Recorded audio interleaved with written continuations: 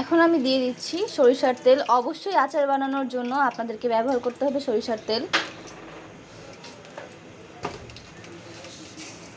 তার মধ্যে আমি দিয়ে দিয়েছি পরিমাণ মতো চিনি, পরিমাণ মতো লবণ, হলুদের গুঁড়া, দিয়ে দিয়েছি পরিমাণ মতো মরিচের গুঁড়া, দিয়ে দিয়েছি কেটে রাখা আমড়াগুলো। এখন আমি ভালো করে নাড়াচাড়া করব যাতে মিক্স হয়ে যায়। সুন্দর করে আমি আমড়াগুলোকে মিক্স করব। আমার আচার খেতে কিন্তু দারুণ মজা, যেহেতু আমাদের বাসায় আমরা সবাই অনেক আচার খেতে পছন্দ করি।